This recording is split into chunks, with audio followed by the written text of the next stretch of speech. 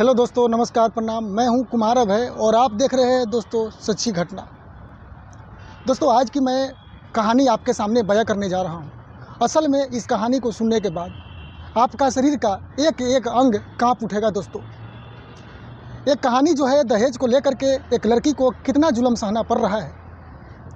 हर उस माँ बाप के ऊपर क्या बीत रहा होगा जो अपना लड़की किसी लड़के को थमाया और आज वही लड़का उस लड़की को किस तरह से अलग अलग तरीक़ा से उस लड़की को शरीर को ठेस पहुंचा रहा है और अपने पत्नी और भाई से उसका शरीर को किस प्रकार से रेप करवा रहा है।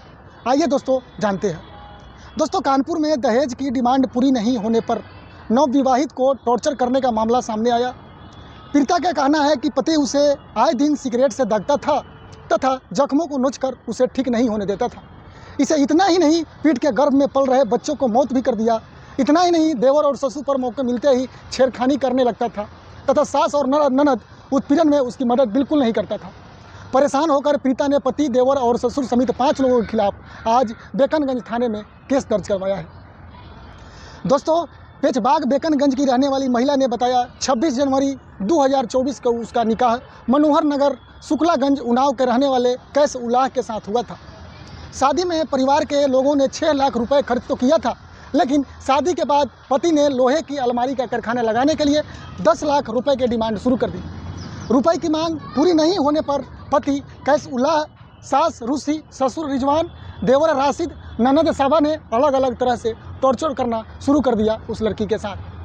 पति आए दिन रुपए की मांग पूरी करने के लिए उस लड़की को मारपीट और मेंटल टॉर्चर करने लगा। इतना ही नहीं, जलती हुई सिगरेट से पैरों को जलाता था। जब जख्म ठीक होने लगता था तो उसे पापड़ी को नाखून से उखाड़कर जख्म को ताज़ा कर देता था। वो लड़की रोती और चिल्लाती थी, लेकिन ससुराल वाले का दिल बिल्कुल नहीं पसीजता था। पीड़िता के अनुसार जब वह घर में अकेली रहती थी तो ससुर और देवर मौका पाकर उसे कमरे में ज़बरदस्ती खींचकर अश्लील हरकत करते थे। कई बार तो उसे रेप करने का प्रयास भी किया, लेकिन बेटी को इतना प्रताड़ित होता देखकर मायके वाले ने 8 लाख रुपए दहेज की मांग थी, क्योंकि नवविवाहित के घर में पिता के अलावा कोई पुरुष नहीं था, सिर्फ 2 बहनें थीं। पीड़िता के अनुसार उसके गर्भवती होने के बाद उसके साथ मारपीट जारी रहा। इसके बाद 27 मार्च 2024 को उसे घर से भगा दिया। हालत बिगड़ने पर उसके घर वाले को इसकी जानकारी हुई, तब जाकर उन्होंने उसे उर्सला में एडमिट कराया, जहां पर 5 जून 2024 को विवाहित को मारा हुआ बच्चा पैदा हुआ। उसके बच्चा को भी पिटाई से घायल होने की मेडिकल रिपोर्ट दर्ज कराई।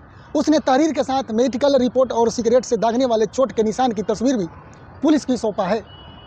डीएसपी सेंट्रल दिनेश त्रिपाठी ने बताया, युवती की तहरीर के आधार पर आरोपी पति कैस उल्लाह, सास, ससुर और उसकी देवर और साथ में उसका ननद के खिलाफ दहेज उत्पादन और जान से मारने की धमकी देने का मामला FIR दर्ज किया है।